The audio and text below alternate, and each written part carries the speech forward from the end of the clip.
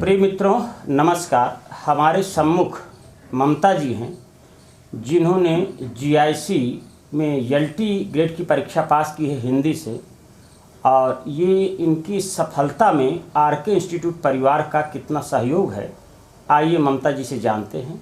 ममता जी, सबसे पहले तो आपको ढेर सारी शुभकामनाएं। Thank you sir. आप सफल हुई और आपकी सफलता में आरके इंस्टीट्यूट परिवार का, आपकी मेहनत का और ईश्वर की कृपा का क्या सहयोग रहा है, ये हम आपसे जानना चाहते हैं। सबसे पहले तो मैं आरके सर को प्रणाम कहूँगी, और मुझे जो सफलता मिली उसका सारा श्रेय मैं आरके इंस्टीट्यूट को ही दूंगी। जी जी, एक मिनट, आप चाहें तो आप इसको पकड़ के भी कह सकती हैं, वैसे नहीं चलो जी।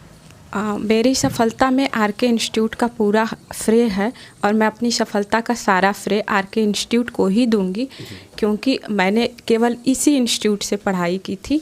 अच्छा, और कहीं आप नहीं गई? जी नहीं, मैं केवल इसी इंस्टीट्यूट से पढ़ाई की थी और रेगुलर की थी।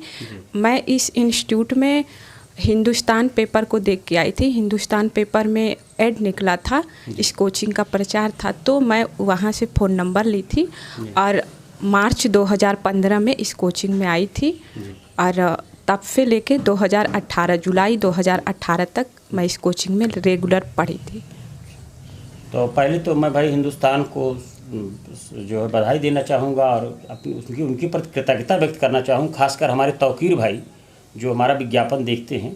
चलिए, ये तो विषयांतर होगा, लेकिन ममता जी हम आपसे ये जानना चाहेंगे कि जैसे लोग कुछ हमारे ऊपर आक्षेप लगाते हैं कि सर साहित्य नहीं पढ़ाते या व्याकरण अच्छा पढ़ाते हैं, साहित्य नहीं पढ़ाते, इस विषय में आप क्या कहना चाहेंगे? इस विषय में हम ये कहना चाहेंगे कि आप दोनों ही अच्छा पढ़ाते हैं, और समझ हम पे होनी चाहिए कि हम कैसे समझते हैं।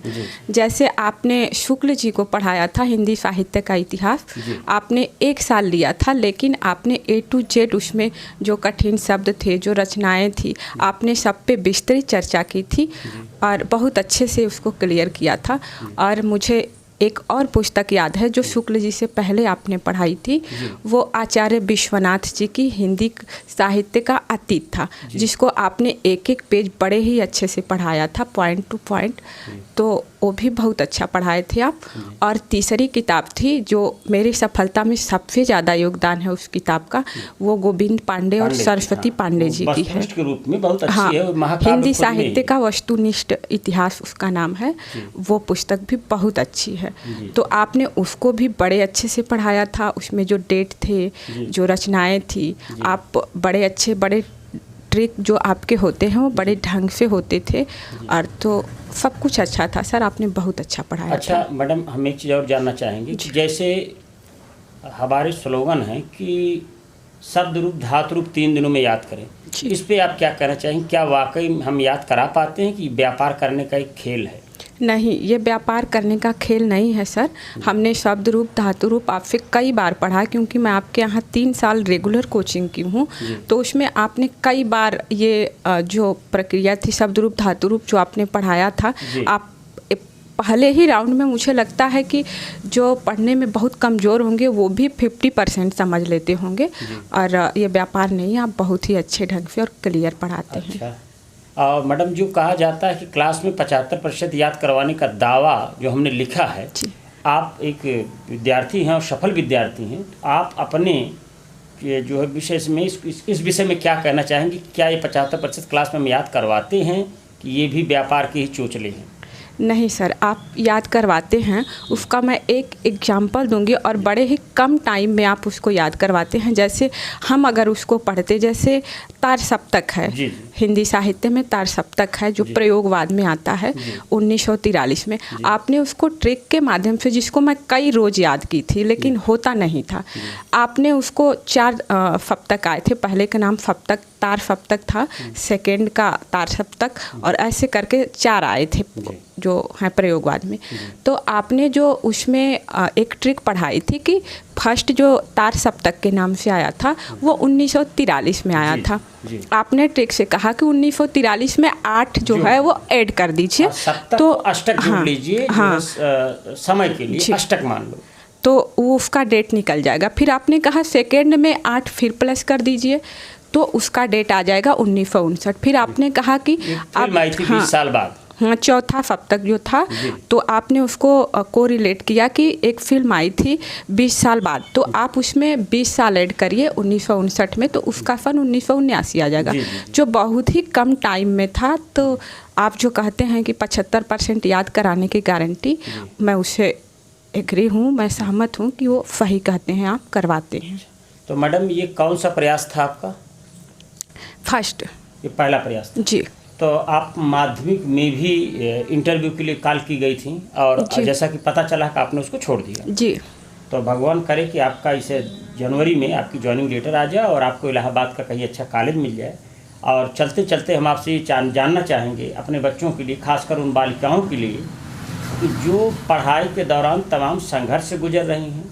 कभी कभी उन्हें गुमराह भी कर दिया जाता है, कभी कभी ये भी बता दिया जाता है कि यहाँ चलो वहाँ चलो। अच्छा, भविष्य के लिए बच्चे जाते भी हैं, गलत भी नहीं है, लेकिन जाएं तो अच्छी जगह जाएं। क्या पता कि आप बहुत बेहतर के चक्कर में कहीं किसी ऐसी जो व्यवस्था में चले जाएं कि जहाँ पे केवल और केवल आपको तथ्यात्मक दे दिया गया और याद कुछ नहीं हुआ, समझ कुछ विकसित नहीं हुई। ये भी ध्यान रखें। और शेष बातें हम चाहेंगे कि ममता जी अपना अनुभव साझा करें और बालिकाओं को जो सलाह देना चाहें वो उनको दें, और हम आगे कैमरे के आगे की तरफ चलते हैं। ममता जी, आप स्वतंत्र रूप से अपना विचार उन बालिकाओं के लिए दें जो संघर्षरत हैं, जिनके सामने तमाम दिक्कत हैं, चाहे पारिवारिक हो, चाहे आर्थिक हो, चाहे घर से निकलने के लिए उनको 6 महीने या साल भर का समय मिलता है। जो कुछ भी हो, आप उस समस्या से कैसे निजात पाएँ। आप भी एक बालिका हैं और आपके साथ भी ये सब घटनाएँ हुई। ये आप स्वतंत्र विचार आप। जो बालिकाएं हों या बालक हों जो टीजीटी, पीजीटी या फिर किसी चीज़ की तैयारी करते हों, तो मैं उनसे कहूँगी कि जो संघर्ष है, जो लोग कहते हैं कि ढेर सारे हमारे पास ढेर सारी समस्याएं हैं, तो मैं उस पर कहूँगी कि समस्याएं सबके पास होती हैं, उसके रंग अलग अलग होते हैं। किसी को किसी चीज़ की समस्या है, किसी को किसी चीज़ की है। आप उनको नज़रअंदाज कर दें और अपना सारा ध्यान पढ़ाई पे लगाएं और खूब मेहनत से पढ़ें। जो क्लासरूम में पढ़ाया जाए, जिस कोचिंग में आप जाते हों, तो आप उनकी सारी बातें सुने, मेहनत से, निष्ठा से, ईमानदारी से पढ़ें, तो आपका सिलेक्शन पक्का हो जाएगा। अच्छा ममता जी, आपको अपनी रैंकिंग याद है? जी सर।